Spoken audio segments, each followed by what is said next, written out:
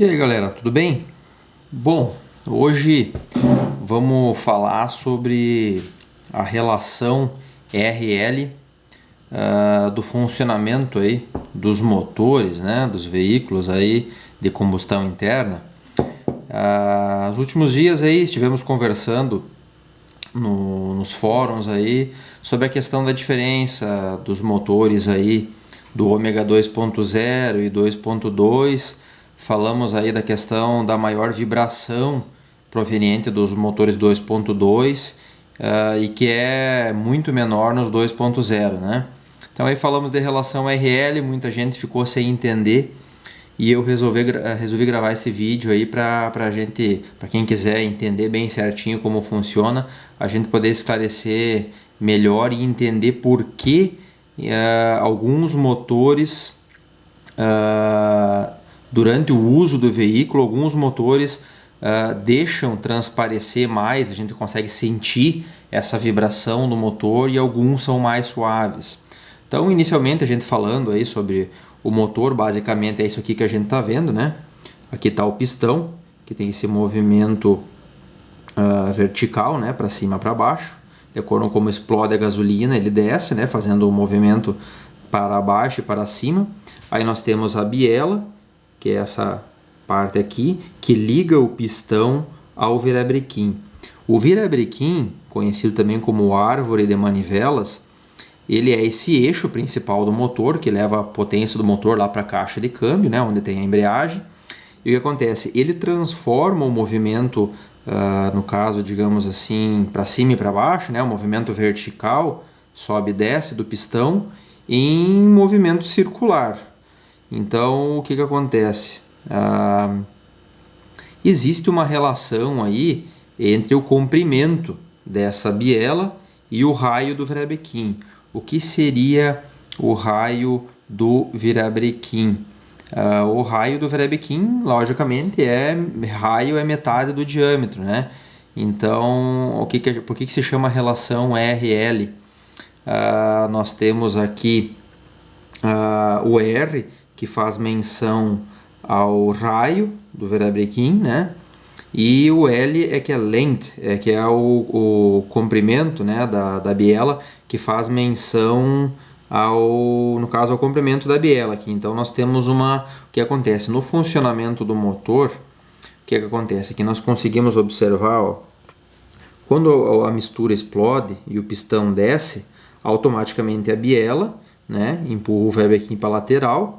O virabrequim vai fazer esse movimento circular e a biela vai acompanhar, né? Ela vai descer, vir para o outro lado, e assim o pistão vai subindo e descendo, e a biela vai fazendo, juntamente com o virabrequim, o movimento circular, né? Transformando o movimento no pistão na rotação do motor. O que acontece? Como a gente consegue ver nesse gráfico aqui, ó, o trabalho da biela com o virabrequim, o raio do virabrequim, ou seja, o raio do centro até ao maior ponto que ele alcança na lateral aqui, ou seja, nesse ângulo de 90 graus, quanto maior o comprimento da biela, vocês podem observar que a biela deita menos, né? Tá vendo aqui, ó, esse risco bem de fora, a gente consegue visualizar o risco daqui até aqui. Uma biela de comprimento maior, tendo o mesmo raio do virabrequim, ela fica mais de pé, né? Aí aqui, no pior caso, a biela mais curta, esse risco azul de baixo, seria o mesmo curso do virabrequim, uma biela mais curta. Ou seja, pode ver que ela deita bem mais.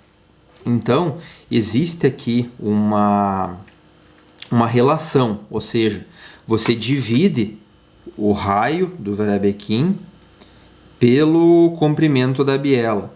No caso, por exemplo, dando um exemplo do motor aí, da linha Chevrolet, os 2.0 que equipam aí Monza, Cadete, Astra, Vectra, Ômega, ele tem um raio de 86, um curso total, ou seja, o diâmetro total aqui de 86, então o raio fica 43, né?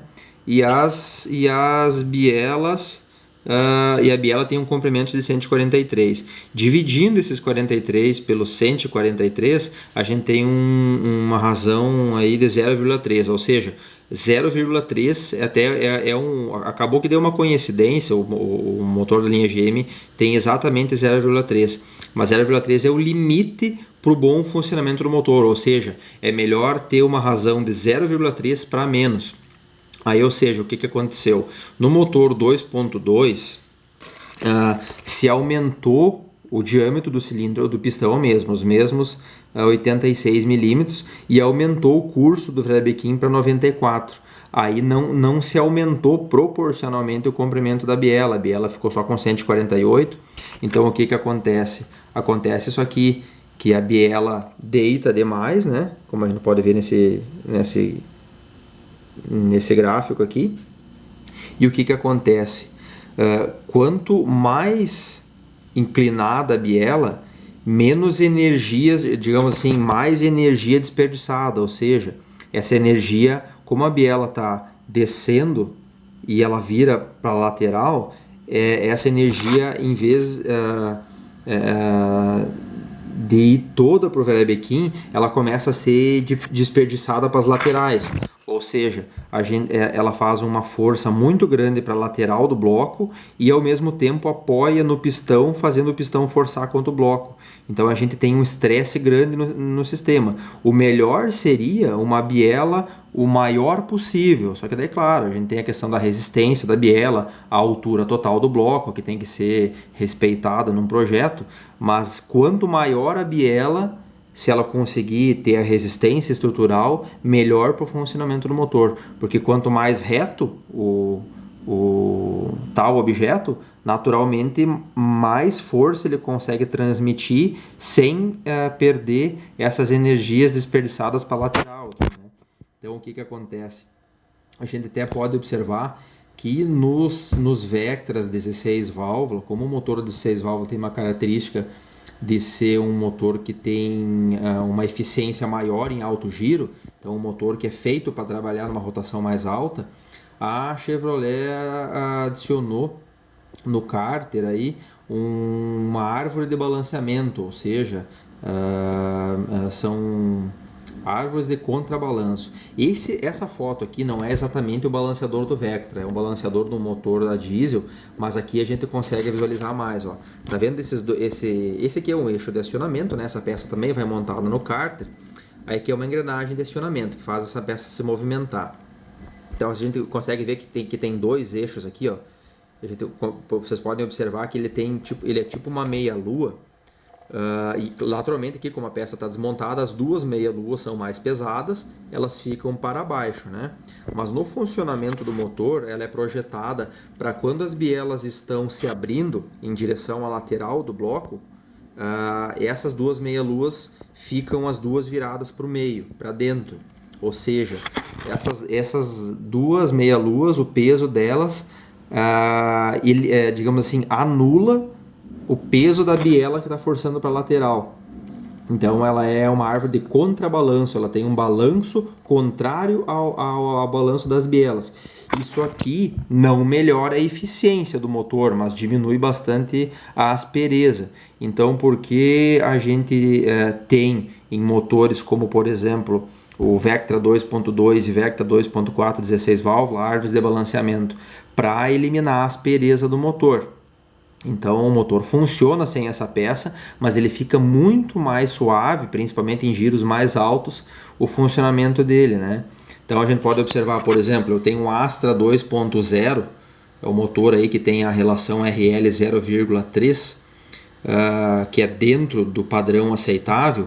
O Astra 2.0, mesmo sendo 16 válvulas, não tem balanceador. Por que isso? Porque não é necessário, ele é um motor suave, mesmo em altas rotações, mesmo sem o balanceador. Aí a gente já pega o motor 2.2, 16 válvulas do Vectra, precisa ter balanceador.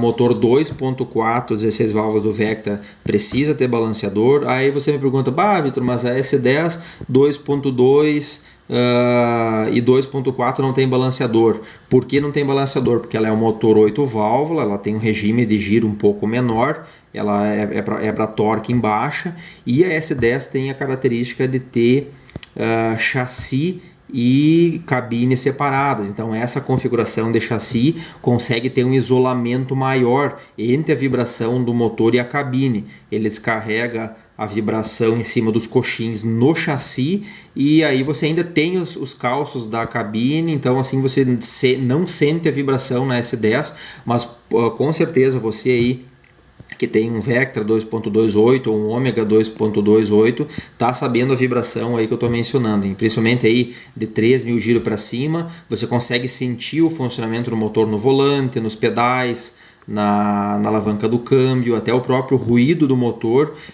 Com 3.000 giros ele já aparenta estar num regime de rotação assim mais alto. Então essa aí é a relação RL, ó.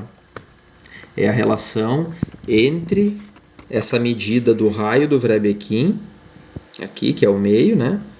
Vamos pegar aqui, ó, o meio do Vrebekhin até a lateral, onde pega a biela, essa medida aqui que é o raio, e o comprimento da biela. Divide essa medida por essa, e aí vai dar uma relação lá. Tem que ser menor do que 0,3. Por exemplo, aí, motores que eu lembro de relação boa, Ômega 3.0 tem relação 0,26. Aí temos o GM 1.8 do Cadete antigo, também tinha uma relação muito boa, não me lembro exatamente a relação. Aí uma relação também ruim, por exemplo, esse motor 1.8 do novo Corsa, Montana, Meriva, também é bem áspero porque ele tem um curso elevado do Vrebekhin e não tem uma biela suficientemente comprida para anular isso aí, né? Então tá aí, gurizada, relação RL do Vrebekhin. Aí espero poder ter esclarecido aí, e qualquer coisa mete um comentário aí no vídeo e pede, estamos aí para esclarecer as dúvidas que qualquer um tiver aí. Beleza, galera? Grande abraço.